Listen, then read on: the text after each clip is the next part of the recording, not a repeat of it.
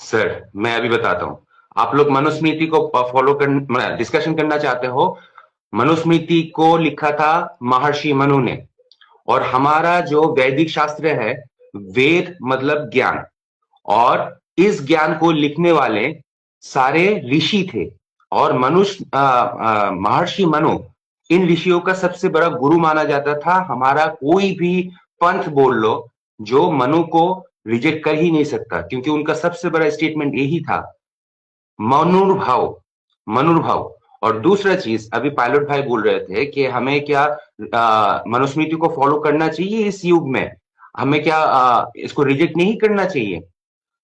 बात ऐसी है सर कि हमारा ही सनातन इतना खूबसूरत एक क्या बोलते हैं कॉन्सेप्ट है, स्क्रिप्चर है और रिलीजन है। रिलीजन तो बोलूंगा ही नहीं, ये धर्मा है हमारा। तो ये धर्मा हमें इतना फ्रीडम देता है कि समय और परिस्थिति अनुसार यथा योग्य व्यवहार ही धर्म है। और सबसे बड़ा खूबसूरत फ्रीडम ये देके रखा है, नेति नेति। मतलब हम चाहे तो समय और परिस्थिति अनुसार कोई भी स्टेटमेंट, मनुस्मृति हो, रामायण हो, भगवत गीता हो, हमें अगर समझ में नहीं आ रहा है, if it's not relevant for the time, we can unfollow that also. नहीं, क्योंकि सत्यवेद हमारा बताओ मनुस्मृति ना, में नीति नीति जो है वो ब्रह्म के गुणों के लिए कहा हाँ, गया नीति है। नीति का वो अर्थ नहीं है भाई। इसका इसका भैया इससे कोई रिलेशन नहीं है।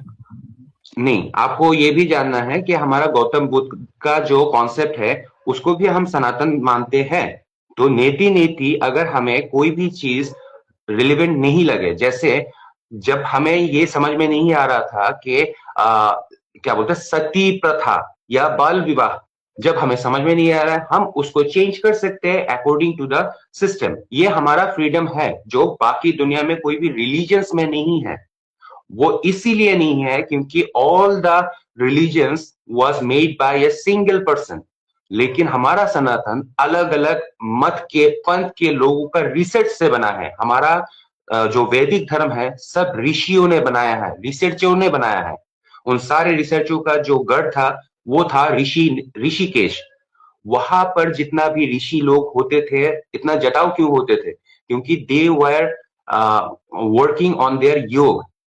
योग मतलब कोई भी तरह का साइंटिफिक एक्सप्लेनेशन हो, या हमारा पतंजलि शास्त्र जो है, सारे ऋषियों का ही रिसर्च का ये फल है।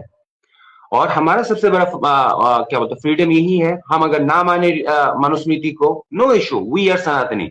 हम अगर रामायण को नहीं मान रहे, फिर भी कोई दिक्कत नहीं, वी आर सनातनी। ये फ्रीडम किसी के पास भी नहीं है, किसी भी धर्म के पास नहीं है।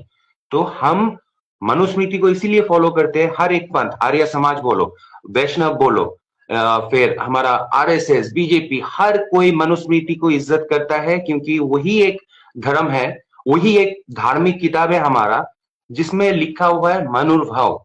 हमें ह्यूमन राइट्स कमीशन या ह्यूमैनिटी का जरूरत नहीं है। हमारा सारे सेकुलरिज्म, सारे फ्रीडम एंड सारे इज्जत मनुस्मृति में हमारे पास आता है। अगर नहीं समझ में आ रहा है तो समझो, लेकिन जब तक नहीं समझे, नेति नेति, don't try to defend that also. नहीं समझ में आ रहा है, I don't understand, keep this honesty. तो हमारा मनुस्मृति को हम कभी भी अनफॉलो नहीं कर सकते सर, अगर हम सनातनी कहलाना चाहते हैं। हम खुद को चारों वेद के बाद अगर किसी भी चीज को हम अगर इज्जत करेंगे, वो है उपनिषद, उसके बाद है हमारा मनुस्मृति। राइट, बहुत बहुत धन्यवाद सत्या साधु जी, आप जुड़े, आप आए, बाहर आई।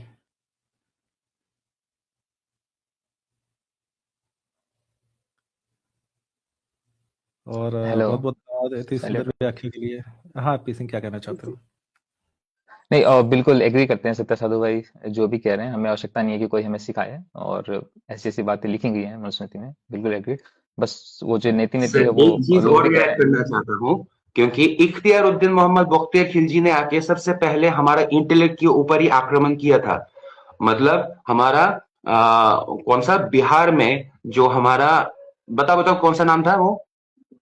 नालंदा। नालंदा विश्वविद्यालय का जितना भी किताबें थे, हमारा शास्त्र थे, उसको जलाने के बाद तीन तीन महीने तक उसका धुआं उड़ा था। मतलब इतना किताबें थे हमारे पास, इतना नॉलेजेस थे। हर टाइम ऐसा जितना भी अरब साम्राज्यवादी मतवाद वाले, मतलब अरबियन इंपीरियलिज्म डॉक्ट्रिन वाले जब भी हमारे ऊपर अटैक किए थे, सबसे पहले हमारे इंटेलेक्ट के ऊपर अटैक किए थे। हमारा शास्त्र में कितना रिसर्च बेस्ड वेद कितना जल गए होंगे। तो इसके मतलब वी हैव डाउट्स, क्योंकि किताबों को खत्म करने के बाद तलवार के बलबूते पे हमारा ही ब्राह्मणों को मैनिपुलेट करके उन लोगों ने हमारा शास्त्र में काफी सारे चीजें ऐड ऑन किए हैं। और ये होना पॉसिबल इसीलिए है क्योंकि आप लोग, थोड़ा सा दिन का पुराना बात कह देता हूं, 1947 के बाद अकबर द ग्रेट इसीलिए हम लोगों को बार बार सिखाया गया था क्योंकि हमारा फर्स्ट एजुकेशन मिनिस्टर था मौलाना अबुल कलाम आजाद। तो वो एक क्या बोलते हैं, ऐसा मौलाना वो हमें क्या सिखाएगा? अकबर द ग्रेट ही सिखाएगा। ठीक इसी तरह इख्तियारुद्दीन मोहम्मद बख्तियार खिलजी भी काफी सारे इनपुट दिए थे उसको कलंकित करने के लिए। तो इट्स ओके, नो इशू। हमारे पास इतना रिसर्चर्स है, ऋषिया है, जो हमारा ऋषिकेश और हमारा हरिद्वार में बैठ के इसका रिसर्च चलते रहता है। So we are working on it. जब तक समझ में नहीं आता है, आई विल रिक्वेस्ट नेति नेति। Exactly, that is the point. और बहुत अच्छी बात कही आपने। और इनफैक्ट हम लोगों ने एक बहुत अच्छा एग्जांपल दिया था कि सती प्रथा के समय में विलियम कैरी के साथ मिलके एक विद्या वैगिश करके वो था तांत्रिक, उस ससुरे ने नई वो लिख दी थी, महानिर्वाण तंत्रिका ही नई लिख दी थी। तो एक उदाहरणों में से एक है कि भाइयों बहुत सतर्क रहने की आवश्यकता है।